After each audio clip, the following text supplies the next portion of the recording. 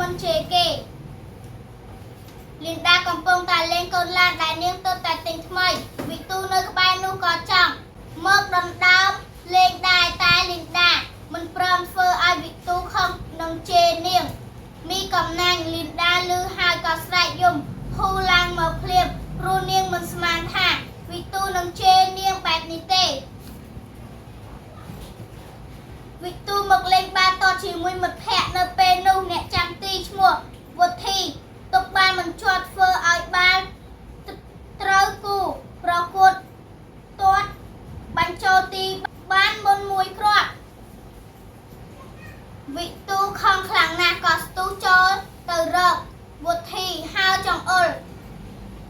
មកជេរយកតែម្ដងអាក្របីគ្រាន់តែទប់ប៉ុណ្ណឹងទប់មិនឲ្យជាប់ដែរអាយ៉ាប់អើយអាយ៉ាប់ក្រុមយើងចាញ់គឺដោយសារតែឯងហើយបន្តិចម្ដងមិត្តភ័ក្តិគ្រប់គ្នាក៏លេងចូលចិត្តលេងជាមួយវិទូទៀតព្រោះគេមិនពេញចិត្តនឹងទម្លាប់ជេរស្ដីដោយប្រើពាក្យអសុរោះរបស់វិទូទើបពេលនេះគេលេងតែម្នាក់ឯង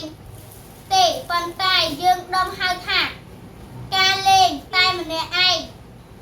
វាមិនសប្បាយនោះទេទូ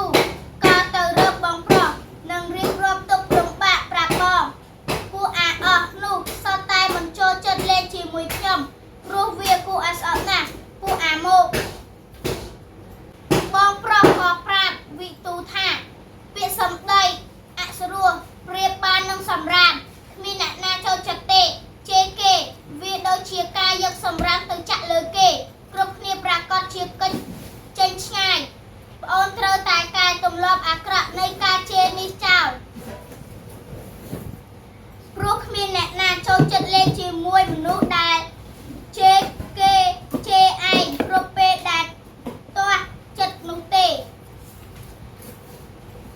វិទូយកសម្ដីបងប្រុសគេសម្រេចចិត្តថានឹងកែទម្លាប់អាក្រក់ដែលជេរគេនេះចោលនៅក្នុងម៉ោងកីឡាវណ្ណៈមិនបានប្រយ័ត្នក៏បានរត់ជាប់ជើងរបស់វិទូរៀបនឹងហាមាត់ជេរតាមទម្លាប់ទៅហើយ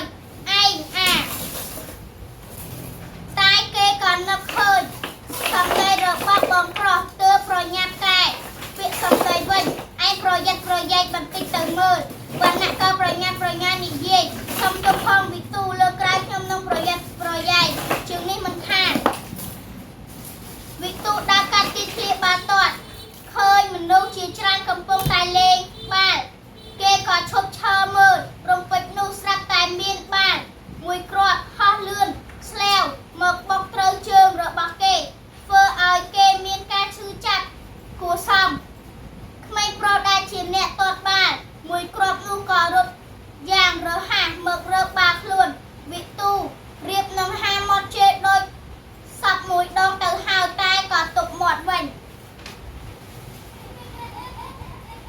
វិទូអន់រើសបាល់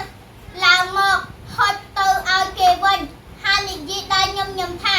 ណែបាល់របស់ឯងលើកក្រោយទាត់ប្រយ័ត្នបន្តិចណាក្មេងប្រុសម្នាក់នោះយល់ថាខ្លួនធ្វើមិនត្រូវនិយាយថាសុំទោសផងខ្ញុំនឹងប្រយ័ត្នប្រយែង